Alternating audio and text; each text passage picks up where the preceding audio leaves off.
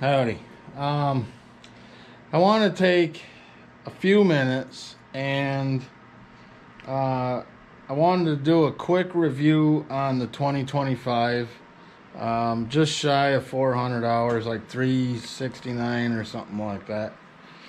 And I do have to probably tomorrow run a round bale up to the horses and possibly a little bit of snow removal. So that'll be a few more hours, but I wanted to take some time, just quick, a few minutes, and do a real fast review. 2 years, just shy of 2 years, just shy of 400 hours.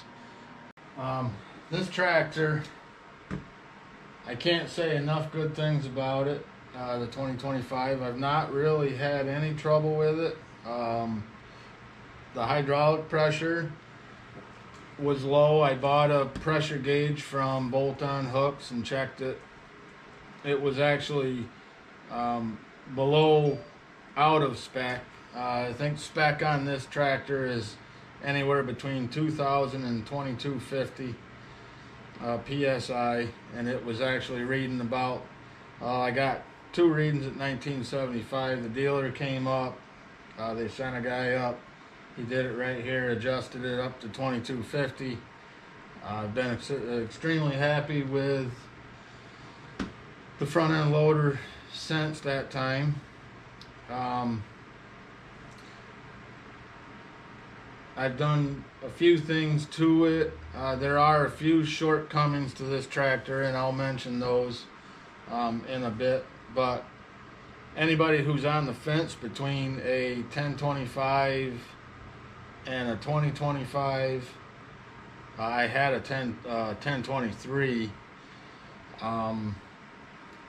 The traction, the ride, I feel the stability, the overall performance, ground clearance.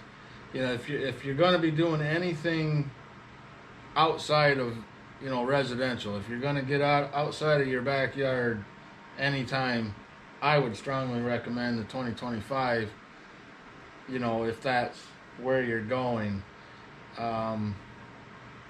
Some of you probably watched my video from last August when Emma and I were at the dealer looking at bigger tractors. We are upgrading. There will be a reveal video probably in the next week or two tops, and that's when I'll tell you what we decided on. I will tell you, I got quotes on a 2038R, I got quotes on a 3039R, quotes on a 3046R, quotes on a 3043D. For my application, I wouldn't have any problems going back, going to a gear drive tractor. There's actually advantages to a gear drive tractor too.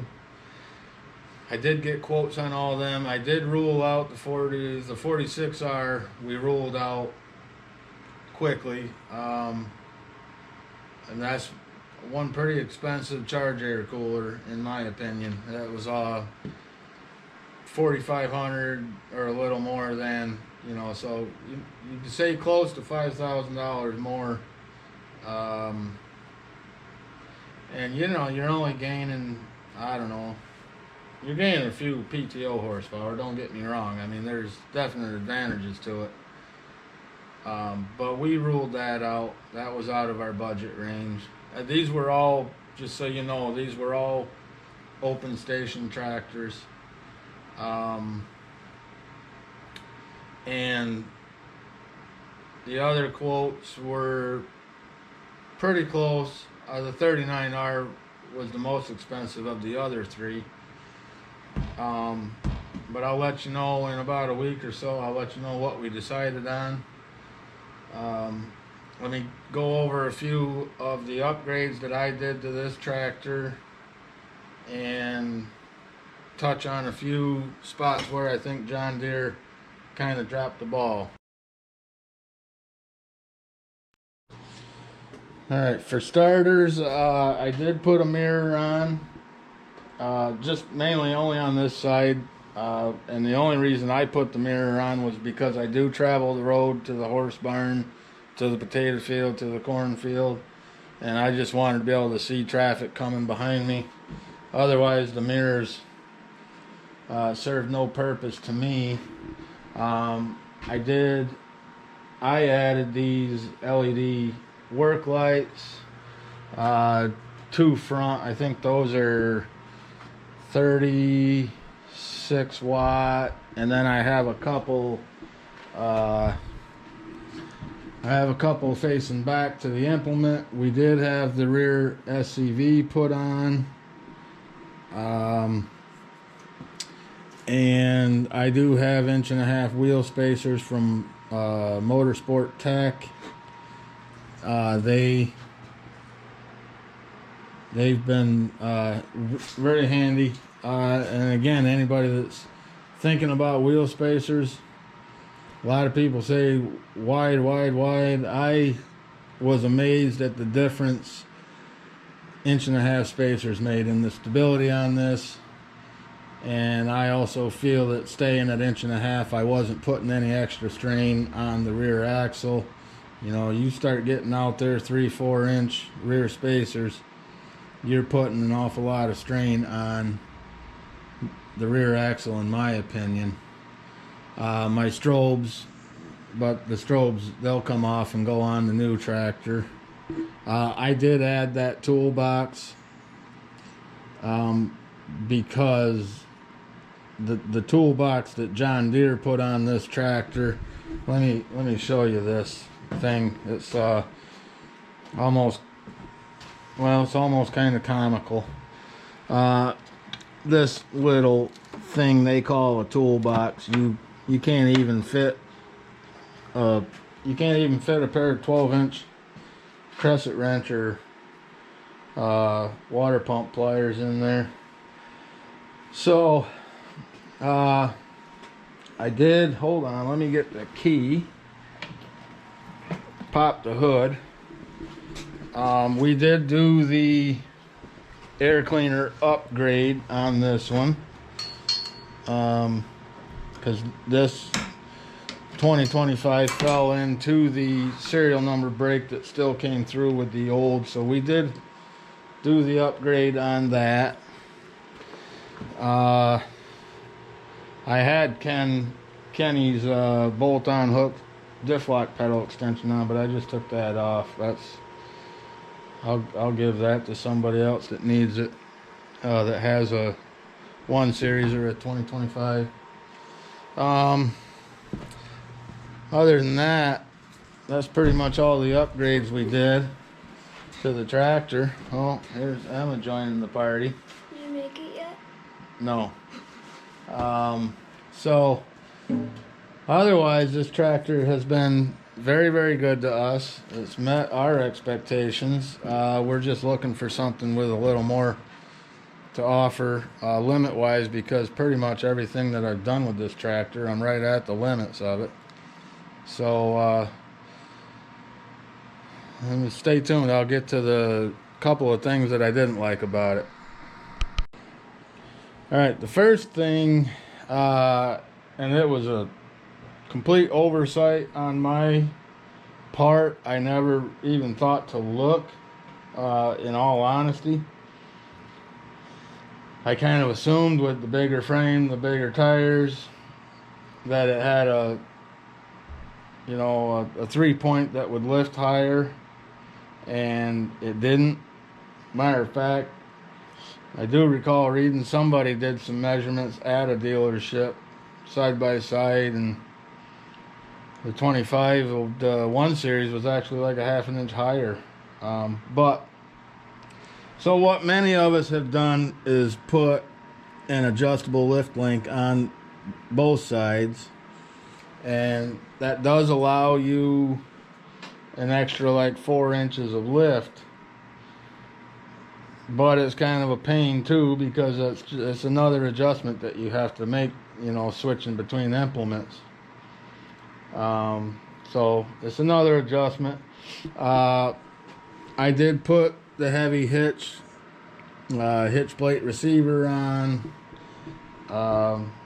I knew that going into it, but I had that from my 1023. Little disappointed they didn't put an actual drawbar on there, but that's no big deal. I've worked around that easy enough. The other big thing I've noticed, and I haven't heard a lot of people talk about it, but they used the same front end loader on this tractor as they do on the 1 Series.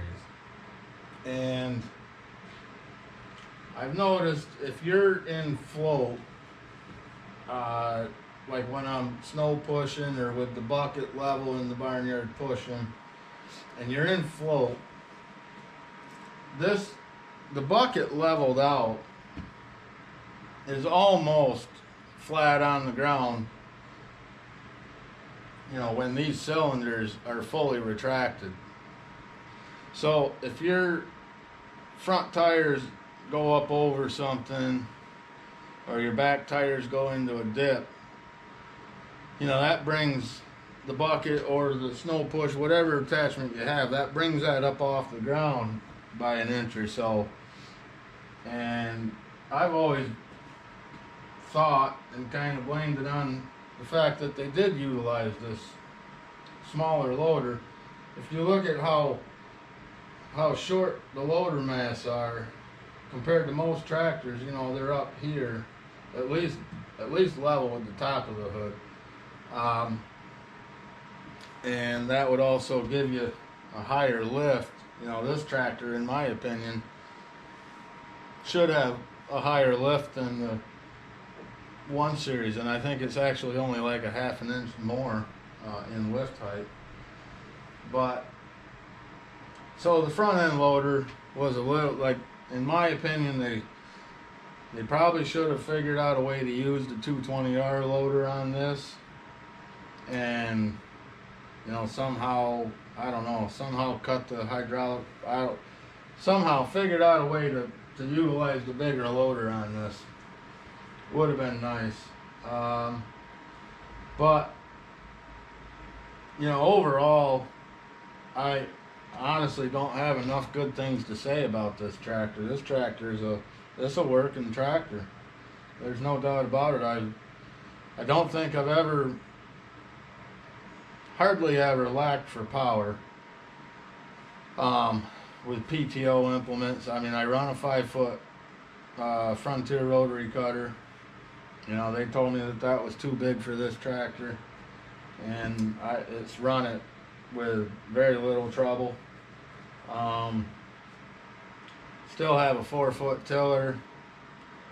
Cross that bridge when we get to it with the bigger tractor. But other than that, this tractor's been real good to us. It's kind of going to be a bittersweet trade because I've actually really liked this tractor over the last 2 years. But you know, you watch my videos with the round bales and the, you know, other things that we have planned for the future. You know, we need a more capable tractor.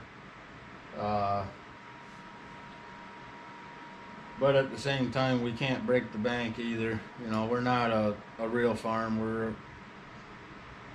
a small farm. But overall, though, this 2025 it's a very good tractor.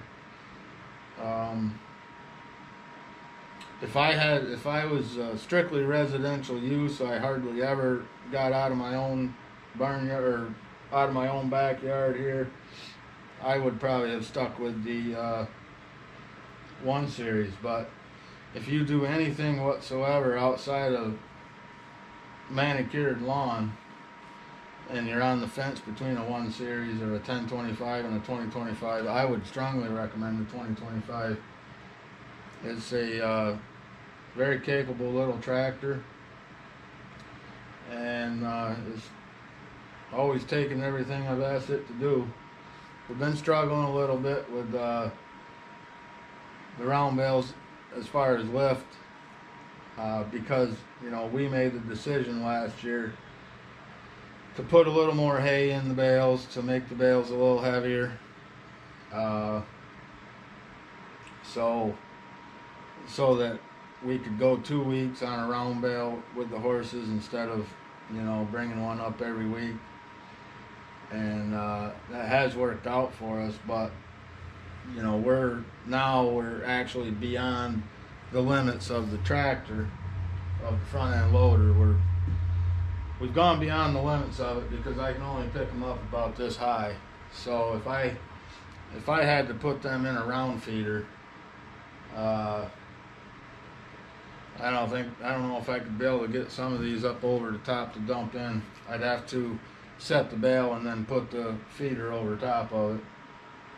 But otherwise, this has been a really good tractor. There will be a video, like I said, in a week or so, revealing the new tractor, what we chose, and the reason that we chose what we chose.